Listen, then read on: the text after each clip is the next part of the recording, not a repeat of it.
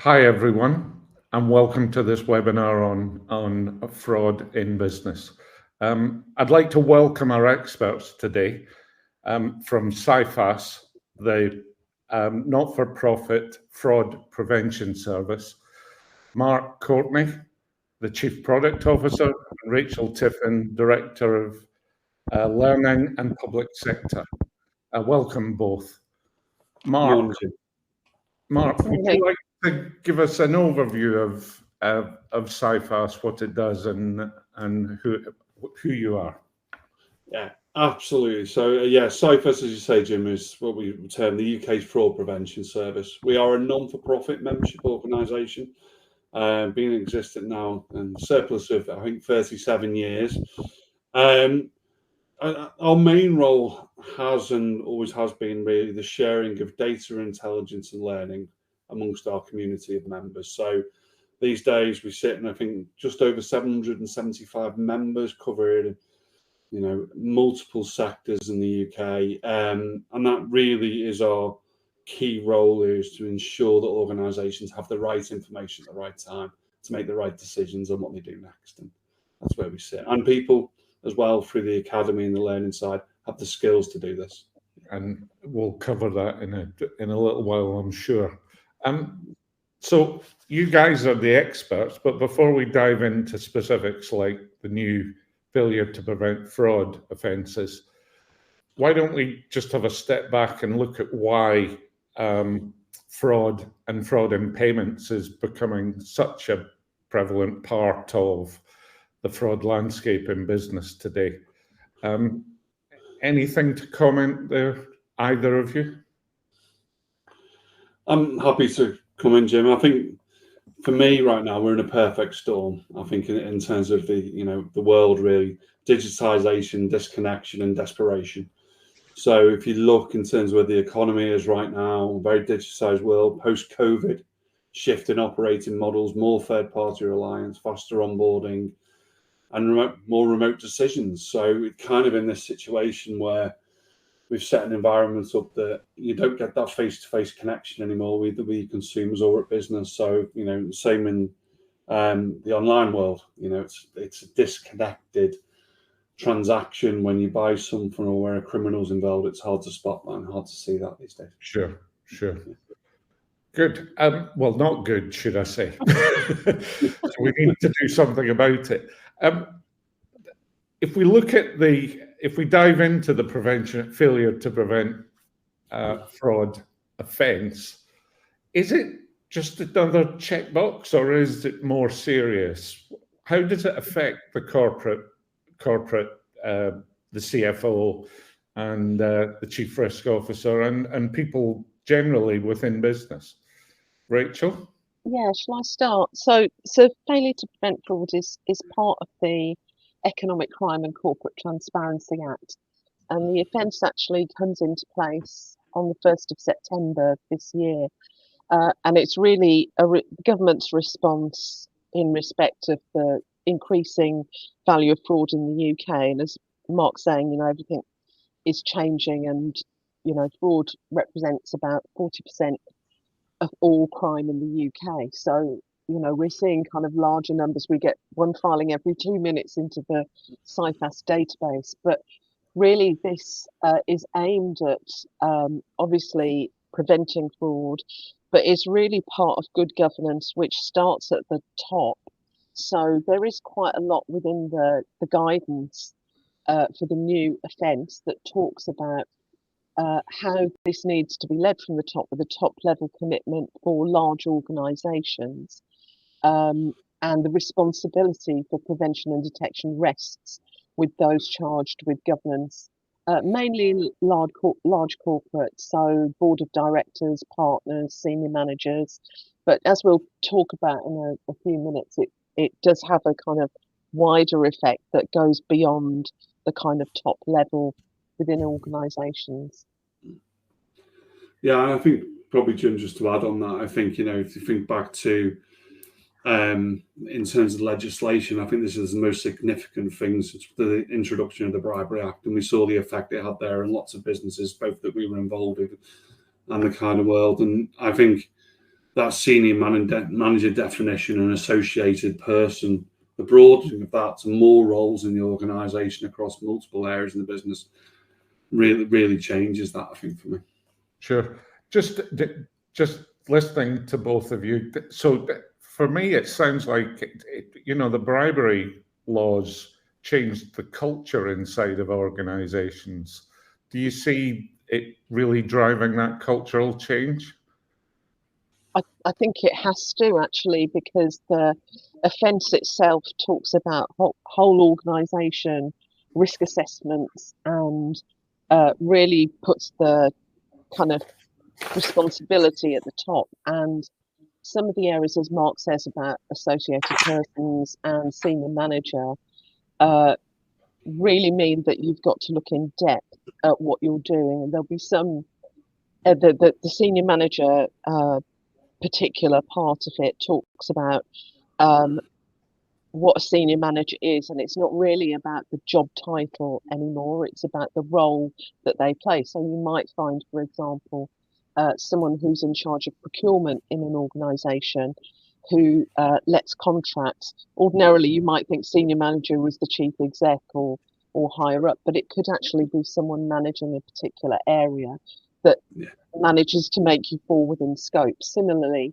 with third party and associated persons, there's the question in particular, we talked about that I work for public sector. In the public sector, they outsource a lot of work into large organisations, and you might fall into scope by those organisations not having the procedures in place.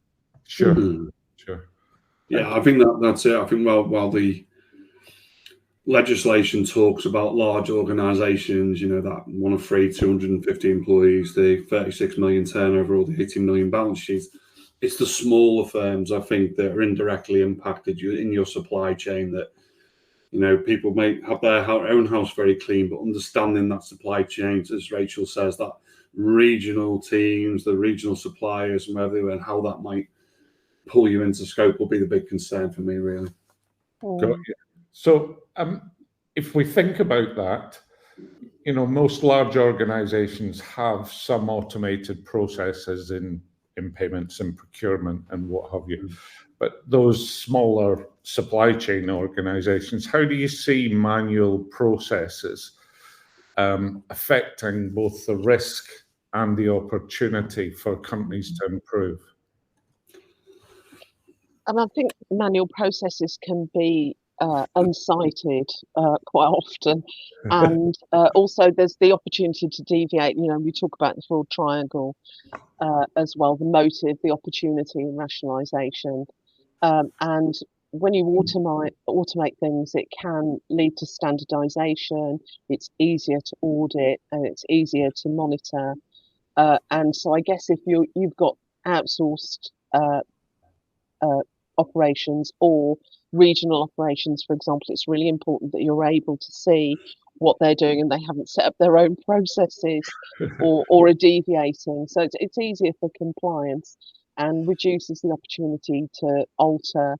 And the legislation does talk about using due diligence tools and analytics to make sure your systems are secure. Yeah, and I think for me, it comes back to that point you're making about the importance of culture, isn't it? We've seen lots of firms spend millions on fraud technology only for everyone to fail because no one felt empowered to act or felt safe to speak up. So I think that balance of culture and technology is going to be really important. So even for a small firm, having the right fraud culture within the organisation, people feeling safe to speak up, to report things of concern and understand what fraud looks like, is going to be really, really important, because technology in its own systems won't fix it. Sure.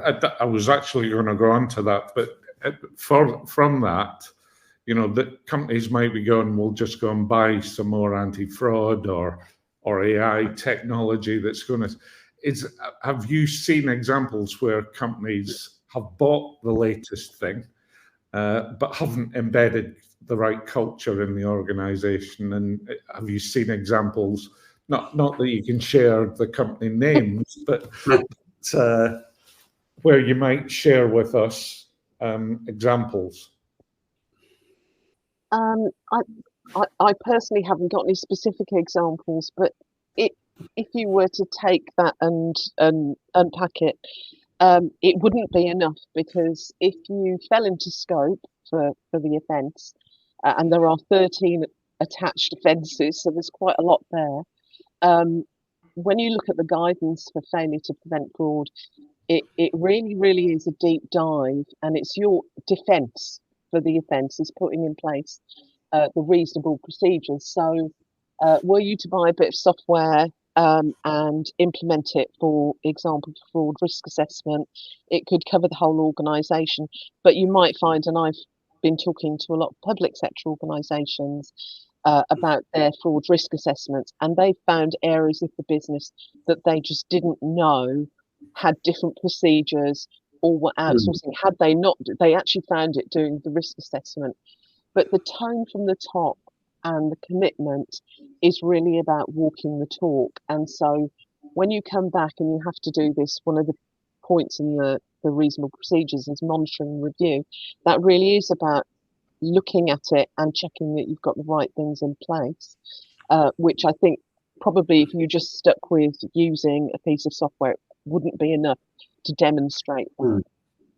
And I think probably for me as well, and it's not directly the same, Jim, but I think if you look at the latest, number of cyber instances on the high street at the moment, I'm sure a lot of technology involved, a lot of things, technically in place to do that, failed through human being the weak point in the process. From I believe a call into the IT or help desk, whatever it means. So it will be the same with this. It will be the human error without the education in place and the awareness in place of that person that's getting that phone call, that's seeing a contract go past their desk, if it's in construction, wherever it is, and spotting those signs. Technology will only take you so far. Cool. Well, not cool, but yes. Yeah. And we talked briefly, you were talking about public sector there, Rachel and Mark, on the retail. Is there any vertical market, other vertical markets that you see systemic threats or individual threats for those specific markets? Or is it a vanilla, it's spread across all markets? I mean, I'll let Mark answer, but I think it is spread across, because the more I think about it, and we've had quite a few people coming on our academy courses from all sorts of different sectors, and then you think, oh, actually, you're really affected by this. So, construction and gambling, we've had people come and talk to us from those sectors that we hadn't really thought about, oh, actually, it affects you in this particular way. So, and the message to organisations, I think, would be not to think, I'm not in scope, but would be to go and have a look to check if you are in scope. Yeah, I think, and there's lots of examples. I think we can go back, history. I think, as you say, as Rachel said there, you've got construction, procurements, the collusion, subcontract in those areas, healthcare, clinical trial manipulation, what can happen. And I think the important thing is it's an associate person that acts, under the act where you cause is when it benefits the organisation through that person or behaviour. So, think about examples that have happened in recent times, the emissions scandal, where people covered up, for the benefit of the organisation to enable them to sell the cars or whatever it was in emissions. You'll see the same in lots of sectors, whether that's, that could be false advertising that people are aware of to get a good over there. It could be lots of areas that can bring you into this. It's misrepresentation or fraudulent conduct that benefits the organisation. The kind of run of that, is huge, grants, etc., and local governments. Yeah, great, thanks. Leading on to how Cifas can help, I'm sure there's broader how Cifas can help, but Rachel, could you outline for us what the Cifas Academy is and how that is part of the Cifas answer or support for organisations? Certainly, yes. So we have a range of courses within the Academy. We've got about 31 actual courses available, and they range from one-day courses to qualifications, which are professional qualifications, and some of those are skills for justice accredited and Ofqual regulated, but we do have 1-day courses. So some of the things, 1 or 2-day courses, some of the things that people might want to think about are in practice courses, which are really based at people coming in at a foundation level on fraud investigation or fraud prevention. And then we even have an insider fraud specialist certificate, also identity and document verification. So there's kind of quite a range of certificates we also have, because one of the things that is in the guidance is about all staff awareness, and we have a digital package called Apollo, which can be given out to all staff. But probably important to say that in the guidance for the offence is that it recommends that there is a commitment to training and resource, and says that senior managers must commit to allocating a reasonable proportional budget to a fraud prevention plan, including training, which can include personnel costs. But we do have other courses which I think might be of interest, like, for example, horizon scanning, which talks about things that are coming up in the future. And in particular, we haven't really talked about the crime and policing bill, but that is one of the things that is actually going through Parliament at the moment, which is worth keeping an eye on, because it's probably going to change that senior manager definition and the identification doctrine. So it's worth kind of keeping an eye out for some of those things that are coming up.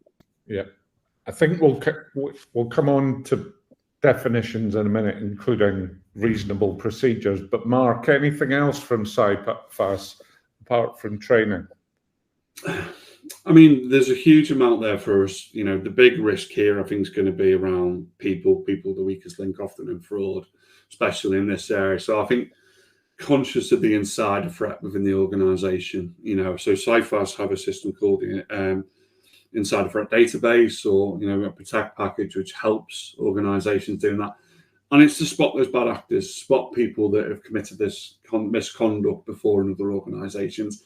And I think that's going to be really critical. I think as a, you know, community and business community, I think for a long time we've been really,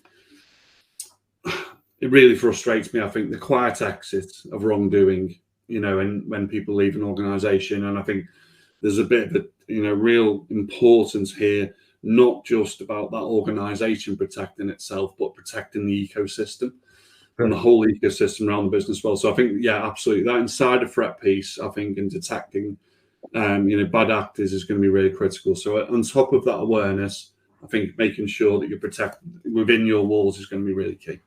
So just leading on from that, when I, in my past, was used to run an identity and fraud business, I'd hear from companies, oh, we don't really have fraud a lot, but we have a lot of bad debt. So companies were writing stuff to bad debt. Is that still going on, do you think, or is there more clarity around that? It's an interesting question, I think, because I think, and similar to you, Jim, similar background there. I think when you question people on what bad debt was, I think it came to how far they'd bothered to investigate. And I think that's half the challenge. We would look at it and, you know, you'd say, right, okay, how much of that bad debt never made the first payment? Never mind, stopped, you know, 6 months in. And that definition, I think, between it, I think it's probably still the same, unfortunately. I think fraud for an organisation, you know, the same as acting in an individual, still can be quite a dirty word, I think, you know, and seen as weak controls and things like that. And I think being honest about it, and organisations being really good at spotting it, I think should be held up more and reporting it clearly. But yeah, absolutely. I imagine that is still the same on some P&Ls. Yeah. I kind of felt that, but yeah.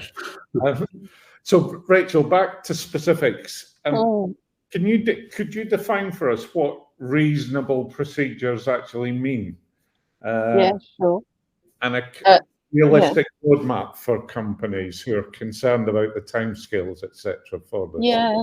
So there are 6 of them, and they are really similar to the ones that sit attached to the Bribery Act. So there's risk assessment, which is about doing a whole organisation fraud risk assessment. And you might have something in place. It might be that you decide to go and dig a bit deeper and look at other areas within your organisation to see if you fall into scope. Commitment, so that's really about tone at the top and not having that counter fraud strategy or fraud prevention strategy that sits on a shelf. So it's about actually living it.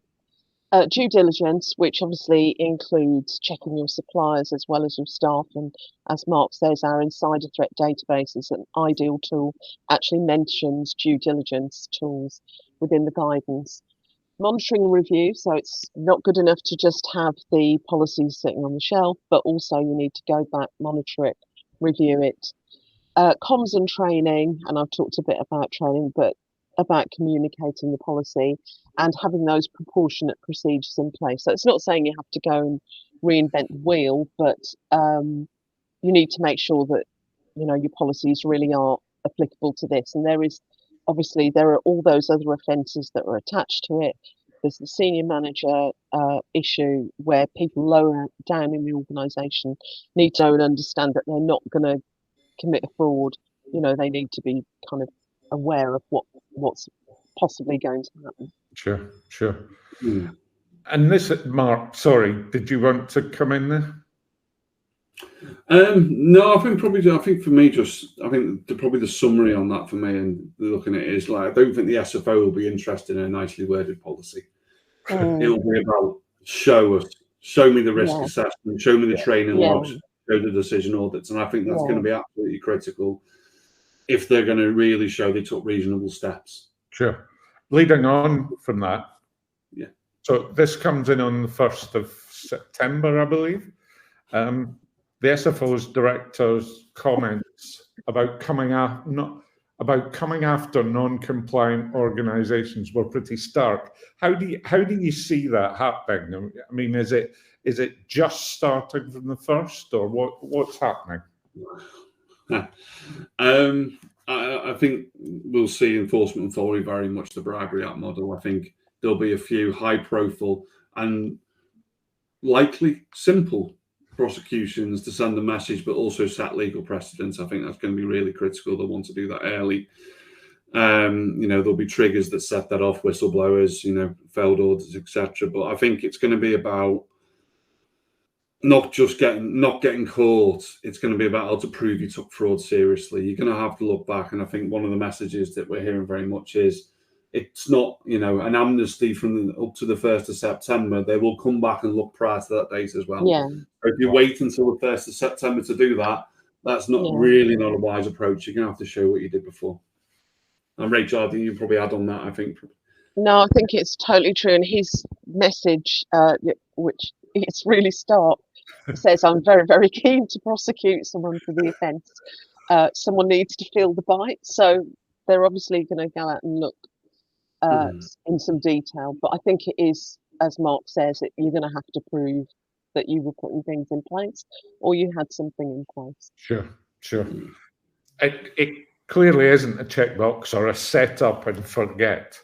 So how do you see that? We've talked about culture, but how do you see culture changing in organisations? Or how would you like to see culture changing in organisations? Let me ask that. It's an interesting question. I think I heard a phrase recently, actually. I think it's an adaptation of another phrase, which culture will eat controls for breakfast. And I think that probably is, spot on. It's going to be about, if we've got a fraud aware culture in an organisation, that's really going to make the difference on this. So I think that will be the big change for me. This is a boardroom issue. It's not an operational one. And, if you talk about seismic shifts, I think someone else compared it to health and safety in the 2000s and how seriously organisations had to take this. So it's going to have to be someone that's really embedded and, can be a competitive edge with consumers as well. But, I think real reputational issue for organisations to get this wrong. I have heard some people, and I've been running some workshops on this, and I've heard some people say, well, we've been saying, take paper to the corporate board. They need to be aware of this. And they've been told, come back in the autumn and put the paper to the corporate board because this is just the fraud area. So, I can see that some people aren't potentially taking it as seriously as they should, because they think it's a very kind of enclosed off area. But actually, and I keep going back to this crime and policing bill issue, which is that is going through Parliament at the moment, and that is going to expand the identification doctrine and the senior manager test to all crimes, not just economic crime. And if you look at the fact sheet for that, it says that the plan is here that it will cover things like IT and compliance and HR and legal. So this is a whole organisation issue about governance and culture and tone from the top. Yeah, I think it comes back to what we were saying before, Jim, about bad debt over fraud, and fraud but seen as a bad word. And I think for me, we've seen this with the academy work. I think fraud is moving into a professionalism, which it wasn't there a few years ago. We're seeing that more the off-call qualifications than that we do in the academy, like cyber and other areas. I think this is the thing, but it really frustrates me. Like you say, it's just, Rachel says, just as the fraud team problem, they'll come and update on it. No, this is in every area, and I think it's really going to pick up. You think of all kind of almost a lot of the consumer refund processes we've seen in the last few years around emissions and PPI and all that. It's they're all, if you look back now and think, okay, would this been caught? Actually, I think a lot of these probably would have been. Yeah. And that's how big it is. It is a whole organizational thing, how they go to market as an organization, how they contract with suppliers, which third party contractors they work with, and that it potentially huge, and personal impact to people. Not just one person in the organization anymore. No. So it runs all the way through, and as payments is the last part of the prepayments or collections, we're a key part of that, and we need to work on the controls for our customers. But just to end, a couple of quick questions, and then I'll ask you about how people contact you and gain insight from the organization.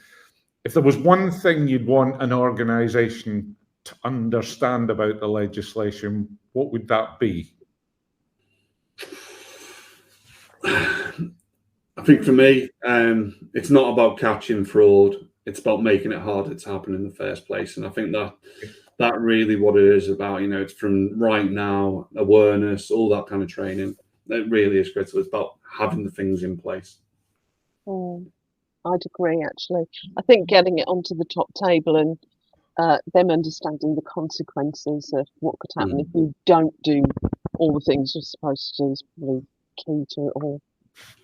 Okay, that's great. Thank you. And before we finish, how can people get in touch with Cifas if they need support or they want to dig a bit deeper into the topic or legislation? Definitely come along. Oh, go on. No, go on. I was just going to say, come along to one of our academy courses. So we have failure to prevent courses and things if you want to be more skilled in the area. I'll let Mark speak now. No, that's fine. And obviously, our website, www.cifas.org.uk, there's loads of material on there. There's ways to get in touch with the various bits, references to the academy and all the courses and everything on there. And obviously, a lot of people use LinkedIn these days as well. Great. Rachel, Mark, thank you. That's been a really interesting 20-25 minutes for me and hopefully for our audience. So thank you very much, and stay in touch. Thanks for having us. Thank you.